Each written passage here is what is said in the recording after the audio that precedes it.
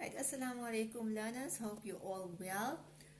In the previous lesson, I gave you single digit multiplication. So I gave you a worksheet where you had a multiplication sum like this, okay? So we call it single digit multiplication because single digit, and you gave an answer of 12. Now, the other thing about single digit, it's the same thing like a mental sum. So that's the other way where I can write it, and we call that to be a mental sum. Now we're going on to double digit multiplication, right? And what does that mean is now we have two digits by one digit. Right, let's make it a 4 actually.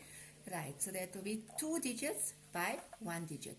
Now there's a method to this, and this method we've got to follow very carefully, okay, because it leads to other things in the other grades, or it leads to bigger numbers in the other grades. So if we don't get this right, then we're going to forever have difficulty with doing multiplication, because eventually it's going to be in this year we're going to do double digit by double digit, right?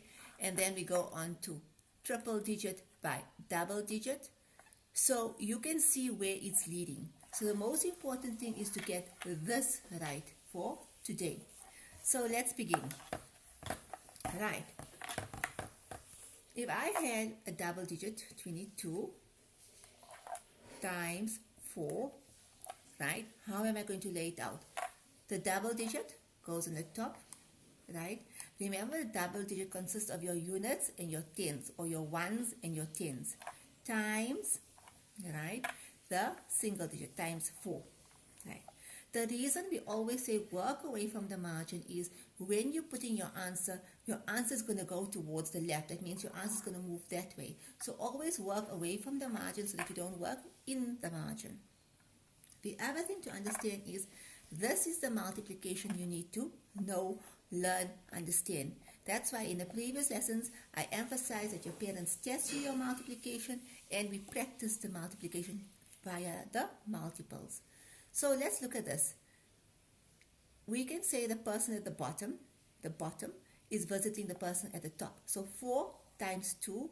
Don't feel shy to use a pencil, a color pen to say what you are multiplying, and always speak to yourself, right? So I was saying 4 times 2. What is 4 times 2?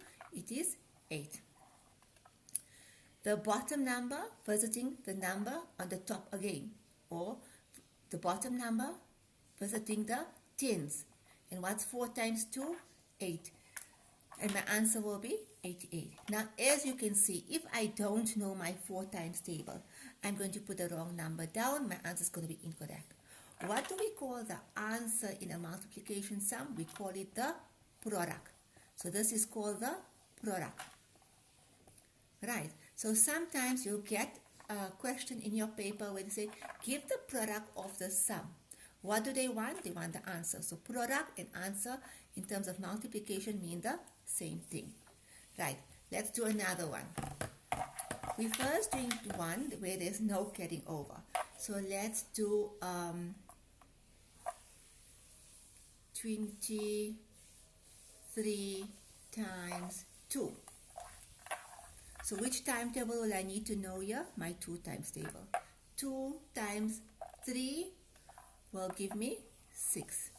2 times 2 will give me 4. As simple as that. So what is the answer? What is the product? 46. Right. Now we're going on to the next level. And the next level is where we're going to have something where I will need to carry over. So remember, this is my ones or my tens, my units column, my ones or my units. That's my tens, right? What is 5 times, which timetable I need to know? It's 2 times table. What is 5 times 2 or 2 times 5? The answer is 10. Now let's look at 10. There's 10. It consists of 2 numbers or 2 digits. I cannot put 10 down in one column, right? Only one number can go down in this column, right?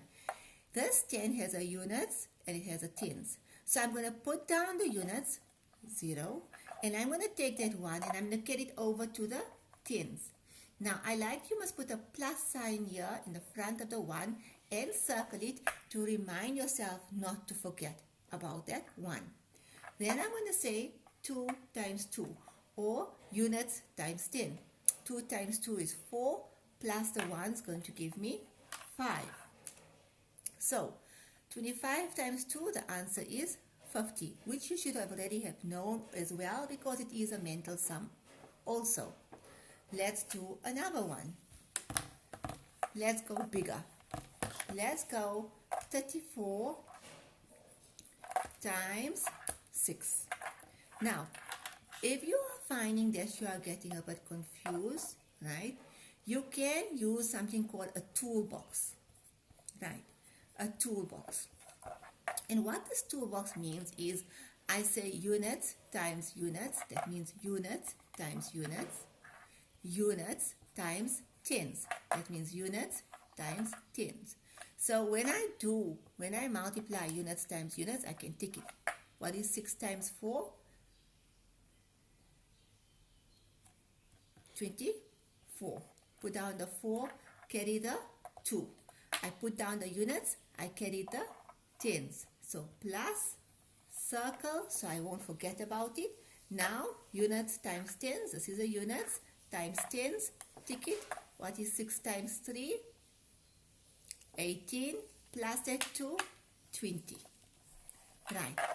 So, as you can see, when I'm writing down my numbers, right, it's going towards my margin. So if this was my margin, it's going towards my margin. That's why we leave a little bit of space. Even my multiplication, I do not write it right underneath the 3. I leave it some space or block or 2, and then I write the multiplication. The other important thing is alignment of numbers. So as you can see, okay, my lines are not very straight, but the important thing to understand that the units, units, units, tens, tens, tens, hundreds, hundreds, hundreds. Each one has its own column. I'm not writing into each column. The minute I do that, my answer will go wrong. I think that's all for today. I hope you understand the lesson. Please do contact me if there's any problems. Jazakallah.